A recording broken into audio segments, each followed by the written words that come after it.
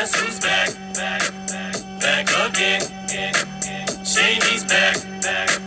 Tell a friend. Guess who's back? Guess who's back? Guess who's back? What is up, boxing fans? I am back.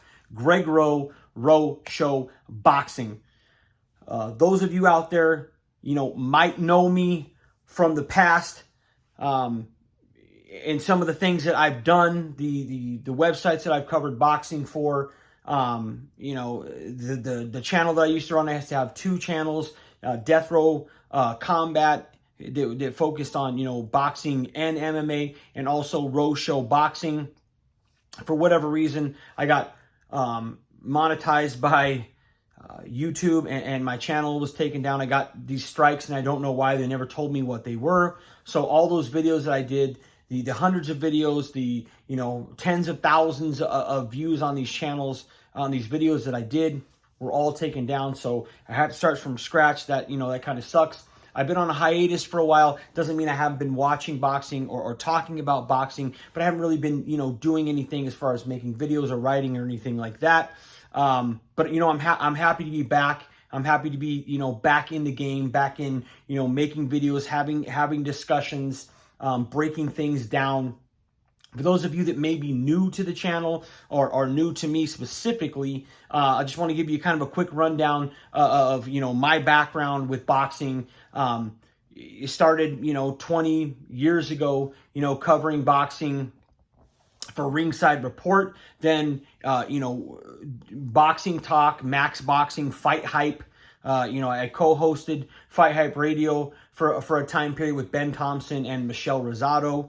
I've been published multiple times in Ring Magazine, and as far as the actual sporting side of boxing, I learned to box from Ron Lyle, who was a really good heavyweight in the 70s, fought Muhammad Ali, George Foreman, Ernie Shavers.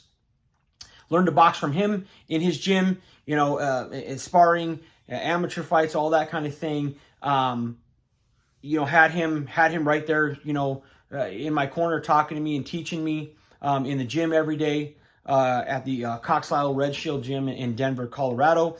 Used to spend time after the gym closed, talking boxing with him about, his era, the eras before him, the current landscape of boxing, and really what I would call getting a boxing education as far as, how the business side of boxing works, this, the sporting side, the politics, all that sort of thing. So really happy to be back doing this. Have experience covering fights live on press row, all that sort of thing. So what I can promise you with this channel is that I am going to give it to you real. I'm going to give it to you raw. I'm not going to sugarcoat things. I'm not going to necessarily give you a whole bunch of bias. Everything that I say, I say for a specific reason, and it's because I've studied things. I've studied styles, I've studied fighters, I've studied eras. Is to be able to break things down in a way that I feel like I can help educate the fight fan, instead of just coming out and being like, oh, well, this guy will beat this guy because this guy punches harder and this guy has, a glass jaw. Really getting into the details of why a certain guy may beat a certain guy, and why a fight may go the way that it may go, or why a fight went the way that it went. I promise to give you, real breakdowns, go in depth on things, and really try and help educate you. And the one thing that I will always say is, don't take everything that I say, as the gospel, right? I will always say, go do your own research. Go try and, take the things that I say and go see if you can watch this fight or watch this fighter or watch these styles and see if you can see, what I'm saying. And I want you to educate yourself. I want you to continue to watch film, to break things down and really get, a good boxing education. And I feel like if you take certain information and you go do your own research and you're willing to put in the work and the time, then you can become an extremely educated boxing fan and really know what you're watching and what you're looking for. So I'll always say that, go do your own research. Don't take anything that anybody says and just take it as the word. I don't feel like any one person knows everything about anything.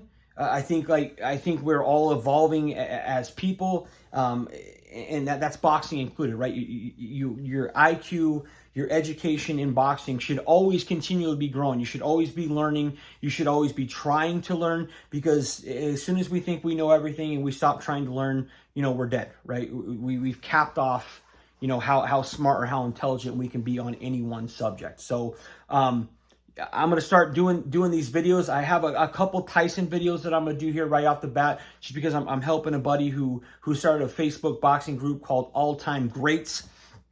I told him I'd make some Mike Tyson videos to kind of kick that thing off. And then obviously if Spence Crawford was made today or tomorrow, I would give you a breakdown on that and how I see that fight going with the styles and who I would pick to win that fight. As the big fights come, I will continue to do that. I want to also do, fantasy matchups, because I think that's really fun. And if you look a lot on social media, there's a lot of fight fans that want to know the answers to those questions, right? Who would win if, Ray Leonard fought Floyd Mayweather? Who would win if Roberto Duran fought Manny Pacquiao? Who would win if Ricky Hatton fought Arturo Gatti or Tyson fought Ali?